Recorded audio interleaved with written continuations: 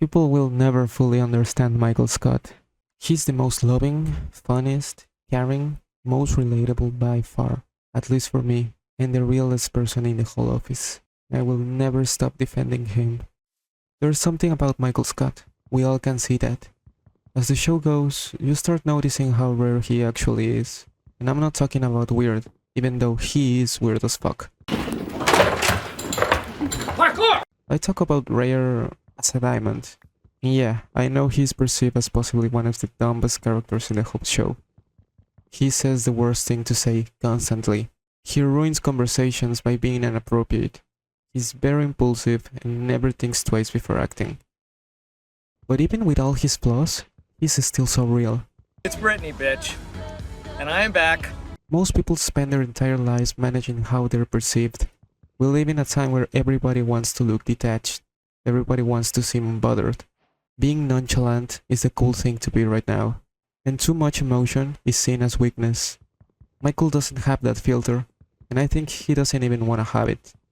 He walks into every room completely exposed, emotionally open, desperate to connect with people. He's got the kind of courage most people never develop. He has the indomitable human spirit on his side. Like in the marathon episode, he made the impossible to finish that race. Even though he finished last, he still did it.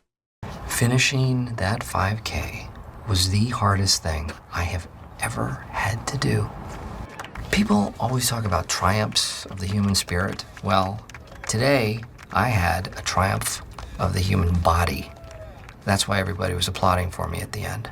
My guts and my heart. Everybody knows when he's excited, because he'll be screaming with joy and jumping around. When he's hurt, everybody knows too, because he shuts down in his own world, and the office feels cold. He even needs to talk to himself. I said freeze! I'm trying! Fine, just go crazy for a little while. But especially when he truly loves someone, and he cares, everybody knows, because he goes to the moon and back for that person. There's no performance happening, he's just being himself, and acts accordingly. One of the most underrated things about Michael is that he genuinely values friendship more than productivity.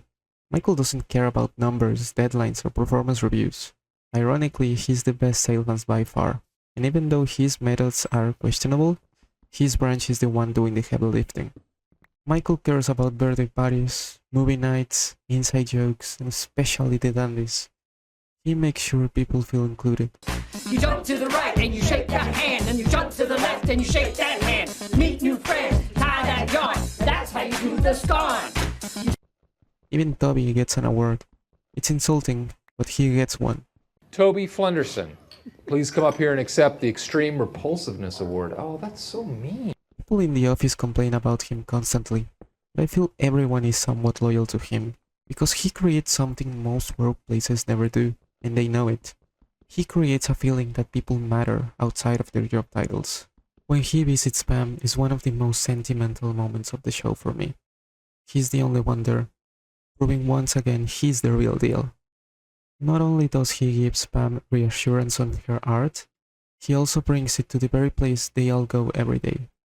There's this scene with Holly that will always stand out to me. She asks him if he loves her, and Michael immediately says yes. He doesn't think about it, because he doesn't have to. He's just being completely honest. And I think most people don't realize how difficult that actually is. I mean, we see Jim and Pam shocked by that comment. They can't believe he can say something of that magnitude so easily. Something that took them years. I love you. Do you mean you love me like you love me, love me? I love you, love you. I love you, love you?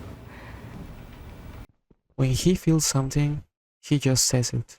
That scene works so well because you can tell he's not trying to sound smooth or impressive.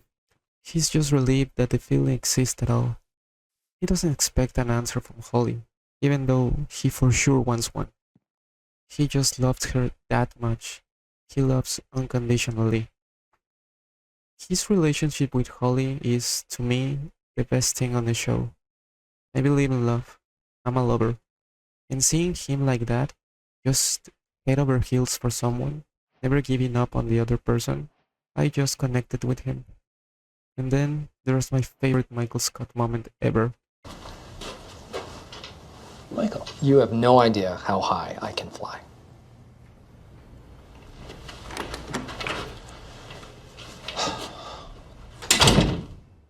Since that first moment I saw that scene, it resonated with me on the deepest level. The more I think about it, the more I think that line explains his entire character. He's so delusional, but yet so inspiring. His mind can't even imagine a universe where he fails. I liked him from the start, but that was definitely the moment where I could say, that's literally me. And from that moment on, he continued to almost never disappoint me. Example of an exception is Scott Dodds. Let's not talk about that. For some reason, he's the most relatable character to me. I've seen a lot of stuff. I think we all need to be more like him. I want to be more like him. More loving, more expressive, and just have fun without the fear of being judged. If you ask people in that office who care about them the most, it was always him. Even though he was a disaster half the time, you never had to wonder where you stood with Michael. You would know for sure he had your back.